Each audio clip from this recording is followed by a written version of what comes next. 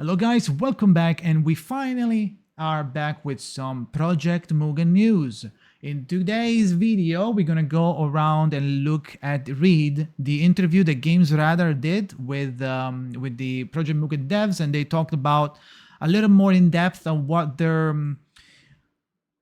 gonna do with the game, what the game vibe is gonna be, what they intend to do for the future, and what's their approach when it comes to open world and activities, right? So let's start.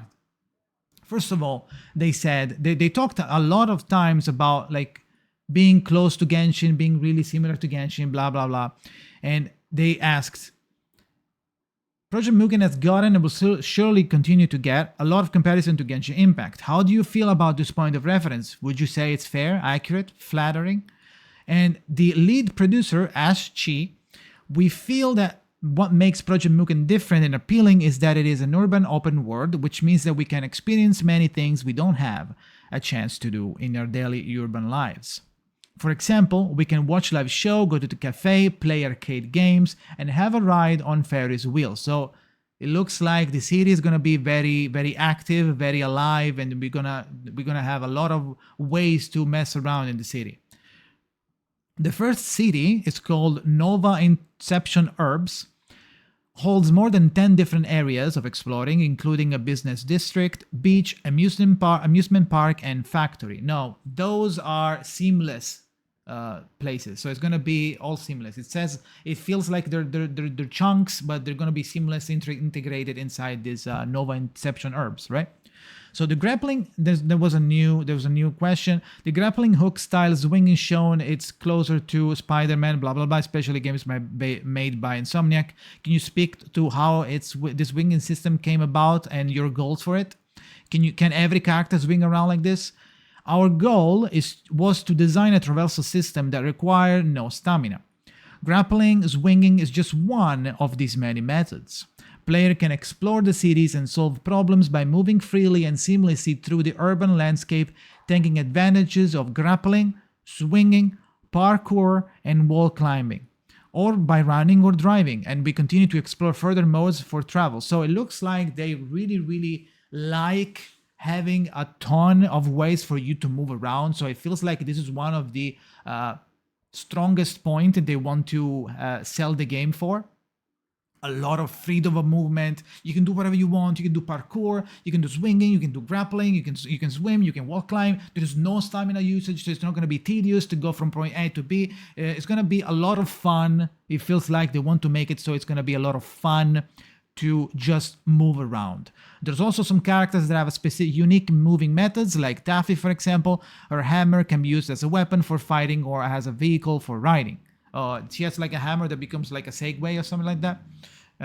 You saw it multiple times during like different gameplays, right? So I want to nail down some more basics of gameplay. In combat, will players be rapidly swapping between multiple characters in the party or focusing more on one character at a time? The response was, the basic battle mode in this game involves choosing 4 characters to form a team and then to engage in battle. Each character has different attributes, and some of these attributes may synergize with each other, which hopefully offers up a deep and strategic combat system. Each team can also equip a special ability, including crowd control, telekinesis, buff, and more to add other dimension to combat. Now, this is really interesting because I thought that telekinesis was just an ability that everybody had, but it's interchangeable with other stuff, which is really interesting, which makes me think that they're gonna go a little bit deeper in this combat system, in this part of the combat. For example, you can make a team that uses telekinesis, or maybe another team, instead of using telekinesis, you can use like a power-up ability or something, right? So they can expand on this one, on this section of the combat and make it really fun, right?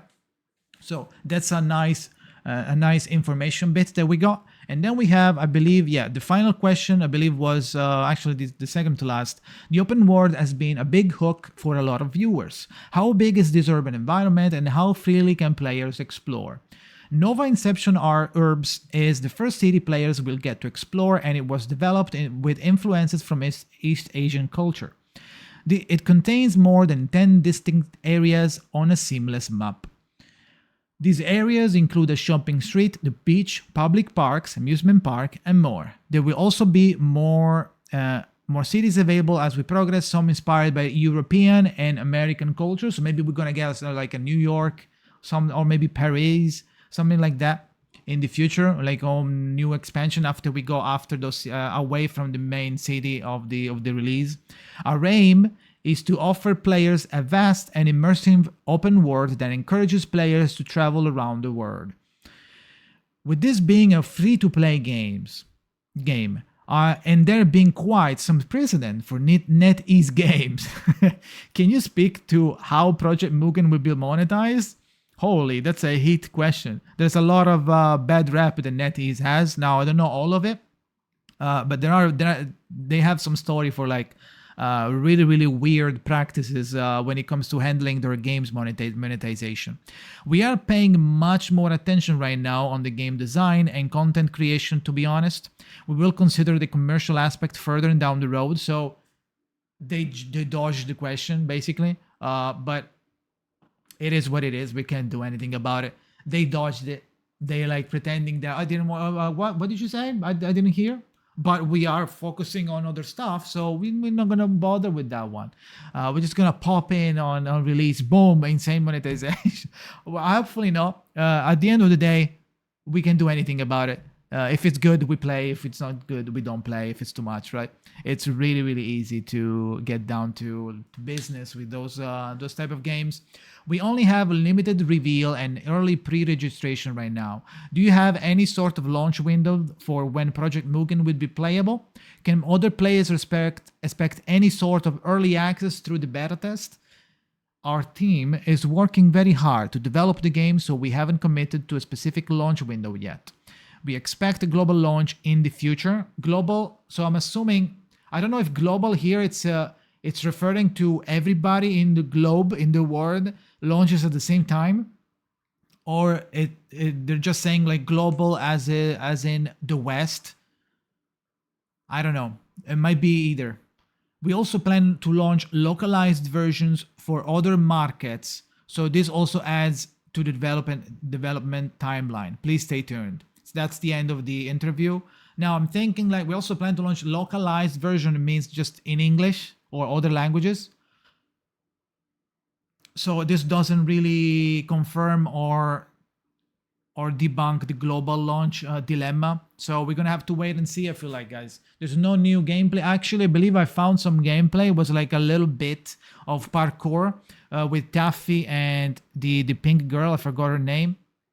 They were like jumping around the roof, but it's new, but it's like 10 seconds, and I don't feel like going and finding it because I don't know when I saw it. So it would be like really, really silly for me to find a 10-second clip for like 5 minutes trying to find a 10-second clip. But yeah, this was a little bit of news. I told you guys back then that I would follow the game, and I am.